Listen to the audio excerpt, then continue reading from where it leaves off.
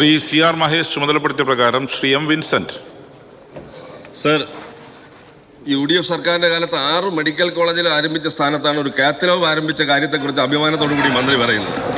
Sir, എൻ്റെ ചോദ്യം ഇതാണ് സർ.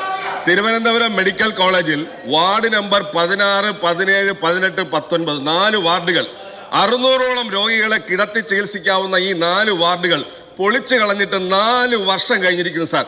ഇന്നിപ്പോ അവിടെ മെഡിക്കൽ കോളേജിൽ പോയി കഴിഞ്ഞാൽ ഒരു ബെഡിൽ 2 രോഗികൾ കിടക്കുകയാണ് സാർ. ഈ ദയനീയ അവസ്ഥ പൊളിച്ചു മാറ്റിയ വാർഡുകൾ യഥാസമയം നിർമ്മിക്കാത്തതുകൊണ്ടാണ് ഇത് പാർക്കിംഗ് ആയിട്ട് ഉപയോഗിച്ച്. ഇന്നിപ്പോ അവിടെ പോകുമ്പോൾ ഒരു ബോർഡ് വെച്ചിരിക്കുന്നുണ്ട്, അണ്ടർ കൺസ്ട്രക്ഷൻ. ഒരു കൺസ്ട്രക്ഷനും ആരംഭിച്ചിട്ടില്ല. 4 വർഷമായി പൊളിച്ചു കളഞ്ഞ വാർഡുകൾ നിർമ്മിക്കാൻ എന്തുകൊണ്ടാണ് വൈകിയത് എന്ന് മന്ത്രിക്ക് പറയാമോ? Yes minister. സാർ, ഒരു കാത്തലാബ് അല്ല സാർ. 9 വർഷം മുൻപ് ഒരു ജില്ലാ ആശുപത്രിയിലും കാത്തലാബ് ഉണ്ടായിരുന്നില്ല. ഇപ്പോ സംസ്ഥാനത്തെ ഇടുക്കി ഒഴിച്ചുള്ള ആലപ്പുഴയിൽ തൊട്ടടുത്ത് തന്നെ കാത്തലാബ് സ്ഥാപിക്കും. ഇടുക്കിയിലും നമ്മൾ ഇടുക്കി പാക്കേജിലും മെഡിക്കൽ കോളേജിൽ അനുവദിച്ചിട്ടുണ്ട്, പ്ലാൻ ഫണ്ടിലും അനുവദിച്ചിട്ടുണ്ട് സാർ. അപ്പോൾ ഇപ്പോൾ 13 ജില്ലകളിലും ബഹുമാനപ്പെട്ട മുഖ്യമന്ത്രി പോയി അവസാനം ഉദ്ഘാടനം ചെയ്തത് വയനാടാണ് സാർ. അതായത് വയനാടും കാസർഗോഡും ഉൾപ്പെടെ കാത്തലാബുകൾ ഇന്ന് സാധ്യമായി. ഇത്തരത്തിൽ സൂപ്പർ സ്പെഷ്യാലിറ്റി ചികിത്സകൾ സാധ്യമായിട്ടുണ്ട്.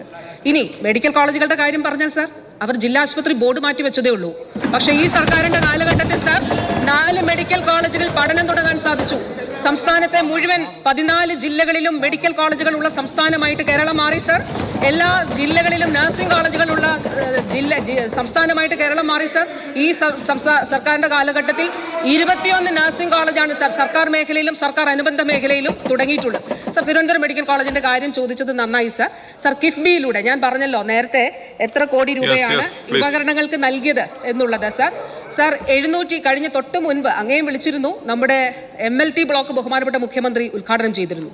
അതായത് കിഫ്ബിയിലൂടെ 724 കോടി രൂപ തിരുവനന്തപുരം മെഡിക്കൽ കോളേജിൽ അനുവദിച്ച് പുതിയ ബ്ലോക്കുകൾ അവിടെ നിർമ്മിക്കുകയാണ്. അവിടെയുള്ള പുതിയ മേൽപ്പാലം ഉൾപ്പെടെ അതുപോലെ MLT ബ്ലോക്ക് മറ്റ് അനുബന്ധ സൗകര്യങ്ങളെല്ലാം ഇതിന്റെ ഭാഗമായിട്ട് ഒരുക്കുകയാണ്. ബഹുമാനപ്പെട്ട അംഗം പറഞ്ഞെടുത്ത് സൂപ്പർ സ്പെഷ്യാലിറ്റി ബ്ലോക്കാണ് സാർ.